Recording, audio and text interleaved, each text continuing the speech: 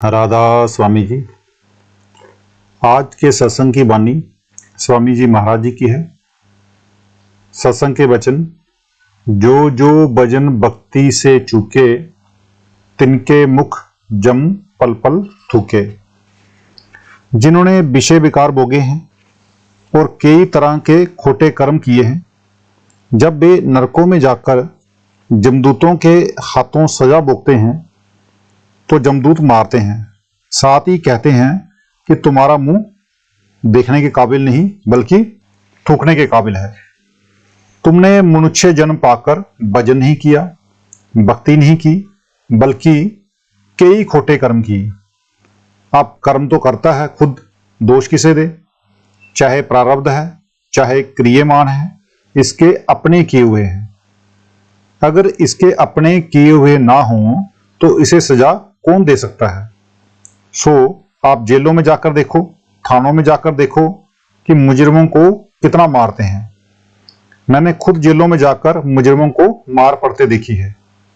अगर कहीं कोई अमीर फंस जाए तो मानो उनके लिए मुर्गी फंस जाती है।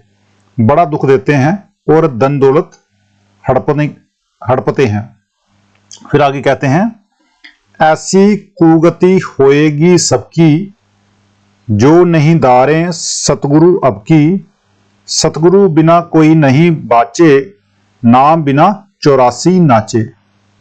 कहते हैं, जिन्हें मनुष्य जन्म पाकर सतगुरु नहीं मिला, नाम नहीं मिला, उन सभी की ऐसी ही हालत होगी। क्यों? क्योंकि बचाने वाली दो ही चीजें हैं, एक गुरु और दूसरा नाम। अगर दोनों चीजें नहीं मिली तो कौन बचाएगा? कहते हैं, बिना सतगुरु के कोई भी 84 और जमदूतों से नहीं बच सकता, क्योंकि नाम के बिना उद्धार नहीं और नाम सतगुरु से ही मिलता है। सो जब तक सतगुरु और नाम नहीं मिलते, इसका कुछ भी नहीं बनता। बिना नाम के जे कभी गधा, कुत्ता, बिल्ला, कीड़ा, पतंगा, घास फूस बनता रहता है।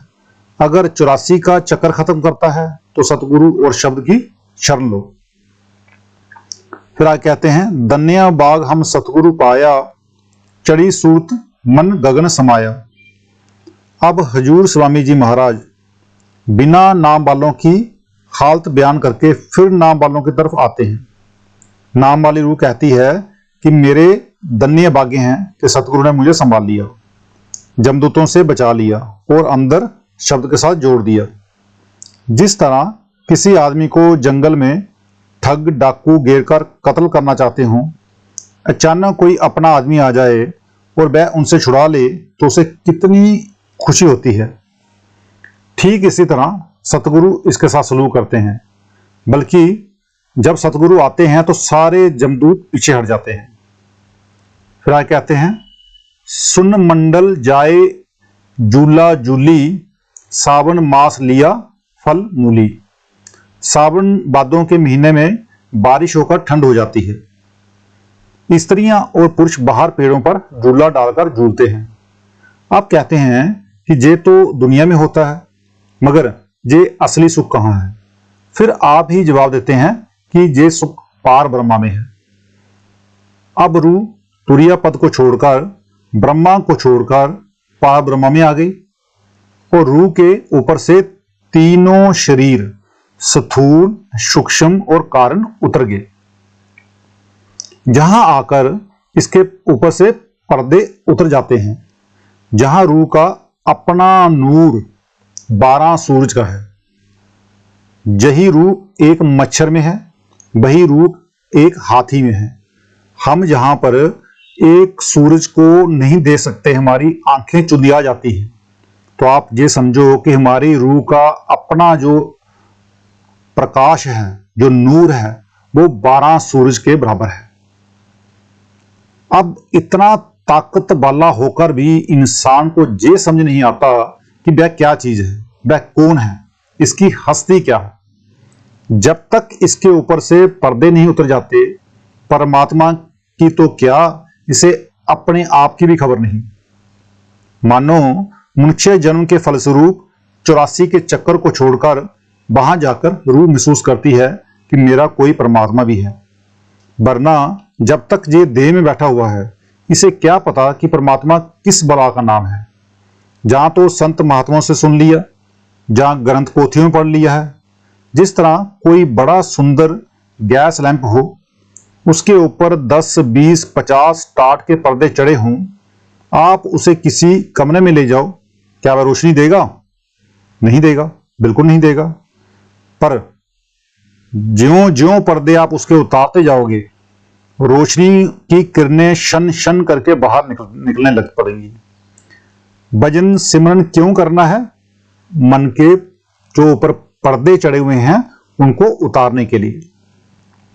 फिर आगे कहते हैं, सखियां सब मिल गावन लागी, माया ममता देखत बागी। कहते हैं जो संत महात्माओं की रूहें हैं वे हमारी सहेलियां हैं। वे गुण भी गाती हैं, ये भी गुण गाने लग गई। स्थूल, सूक्ष्म और कारण सभी माया के गिलाफ हैं। अब ये ऊपर चली गई। ये माया का देश था, माया का देश ही छोड़ दिया। अब ममता क्या कर सकती है? इसलिए संत सत्संग में कहते हैं, ये माया का देश छोड़ दो, चलो ऊपर। जब ये कीचड़ में से निकलना पसंद ही नहीं करते, फिर संत क्या करें? फिर आगे कहते हैं, सभी सुहागिन जूले घर पर, पिया अपने को हृदय दर दर। जिस तरह सावन के महीने में सखियां झूला डालकर झूलती हैं, ठंडी हवाएं लेती हैं और अपने पति के साथ खास विलास करती हैं, वहां इसका पति कौन है? सतगुरु, नाम और शब्द। कहते हैं इसी तरह ये वहां सतगुरु, नाम और शब्द के साथ इश्क और खुशियां मना रही है।